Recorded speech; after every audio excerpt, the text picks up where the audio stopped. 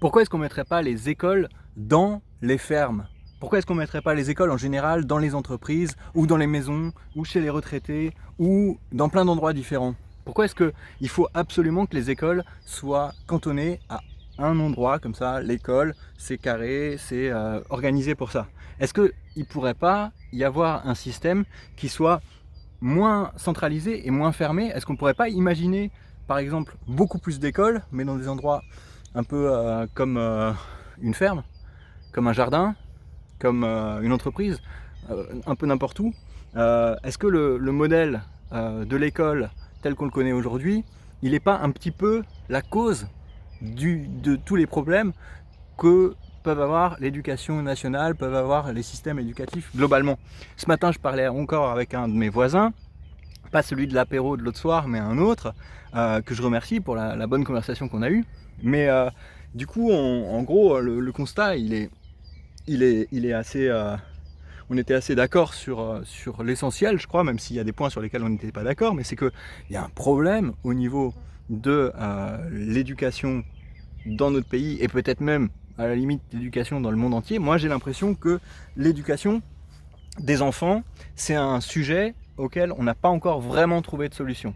C'est sans doute mieux, enfin c'est certainement mieux que ça l'était il y a 100 ans, quand il y avait peut-être pas d'école publique, ou il y a un peu plus de 100 ans.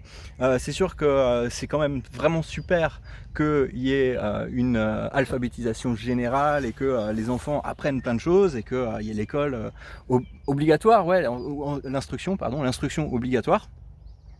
Mais il y a un endroit où ça coince quand même. Et la question qu'on s'est posée un peu sans avoir trop de réponses, ou l'idée qui nous plaisait, c'était l'idée qu'on puisse créer nos écoles nous-mêmes. Et bon, après, on peut le faire. Les écoles libres, ça existe. Chacun peut créer dans des conditions assez faciles sa propre école privée. Ensuite, il y a des vérifications de est-ce que l'enseignement est bon, est-ce que les valeurs républicaines sont enseignées dans cette école. Mais le problème, c'est que forcément, ça va coûter cher. Parce qu'il faut salarier des gens et tout ça, et c'est pas financé. Et alors, la question que je me pose, moi, que on s'est un peu posé tous les deux avec ce voisin, c'est pourquoi c'est pas financé? Et moi, je vois pas, je trouve pas vraiment la réponse à cette question. Pourquoi est-ce qu'on financerait pas des écoles? Pourquoi est-ce qu'on dirait pas, ok, enfin comme c'est le cas aujourd'hui en fait. Aujourd'hui, tout le monde peut créer une école. Moi, si je voulais, là, maintenant, je pourrais dire, ok, dans ma ferme, je crée une école, et puis on s'organise, on prend un prof ou deux, et on prend 5 élèves, et je pense à deux, on peut très bien éduquer 5 élèves, ou je sais pas, enfin on peut imaginer plein de choses, et puis voilà. Mais le problème, c'est que pour l'instant, il faudrait qu'on demande aux parents de ces élèves, je sais pas, de payer quelque chose comme 500 euros par mois pour pouvoir faire fonctionner ce système. Alors pourquoi est-ce qu'il n'y aurait pas un système de financement d'écoles libres? Un système où, si moi je crée mon école, donc comme je disais, et puis je m'occupe d'élèves. Après, au début, il faut quelqu'un vienne vérifier un petit peu si je fais pas complètement n'importe quoi, on va dire, pour la première année. Et ensuite, il faut faire des tests pour vérifier. On fait des tests. Ok, est-ce que cet enfant sait compter? Est-ce que cet enfant sait écrire? Est-ce que cet adolescent connaît l'histoire, la géographie suffisamment? Et puis, est-ce qu'il n'est pas complètement fanatique? Est-ce qu'il n'est pas complètement fou? Est-ce qu'il n'est pas complètement dans une secte? Enfin, qu'il y ait des vérifications comme ça.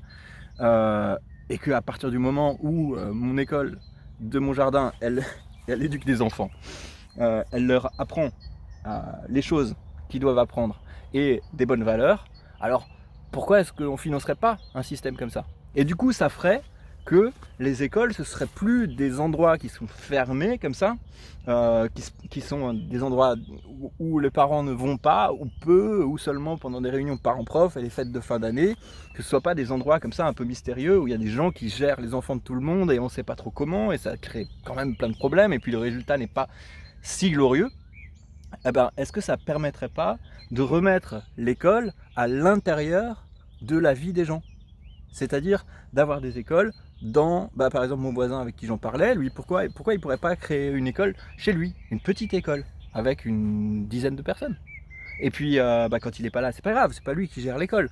Lui, il est un petit peu là, il dit voilà, c'est chez moi. Moi, je sais pas, il peut par exemple, on pourrait dire que lui, il a envie de créer une école où, je sais pas, où l'enseignement est centré autour du badminton. Et alors, il fait une école où l'enseignement est centré autour du badminton, j'en sais rien. Enfin, non, voilà, autour du karaté, on va dire, parce qu'il pratique le karaté. Ça serait vachement intéressant d'avoir une école où tous les élèves apprennent le karaté. Et après, ils apprennent aussi ensemble le reste, les choses importantes. Et dans mon jardin, on apprendrait à faire pousser des plantes, et en même temps, on apprendrait aussi à compter, à lire, à écrire, à penser, à raisonner, et à être ensemble, avec non seulement avec d'autres enfants, avec d'autres élèves, avec les profs, mais aussi avec les gens qui vivent et qui travaillent dans ces lieux-là. Enfin voilà, alors c'était les réflexions que je me suis faites après cette conversation avec ce voisin, et j'arrive pas vraiment à comprendre qu'est-ce qui bloque dans ce raisonnement et pourquoi ça n'existerait pas. Et comme voilà, vous allez peut-être regarder cette vidéo, il y en a quelques personnes qui regardent mes vidéos, et j'aimerais vous demander, à votre avis, quelle est la raison pour laquelle ça n'existe pas, et qu'est-ce qui empêche un système tel que celui-là d'exister, qu'est-ce qui ferait qu'il serait peut-être un mauvais système, quels sont les contre-arguments pour un système tel que celui-là. Voilà, je suis très curieux. J'ai eu cette conversation avec mon voisin, et puis ensuite j'ai passé la tondeuse pendant 1 heure, et la tondeuse c'est un outil qui favorise la rumination, donc j'ai pensé à ça, j'avais envie de le partager avec vous, j'avais envie de savoir ce que vous en pensiez, donc s'il vous plaît mettez-moi un petit commentaire pour me dire ce que vous en pensez, ou écrivez-moi un petit message. Vous pouvez m'écrire, trouver mon où est-ce que j'ai mis mon contact, vous pouvez trouver mon numéro, non, mon mail sur le site nathanaelfray.fr que je mettrai en commentaire en description de cette vidéo. Bonne journée, ciao, bye.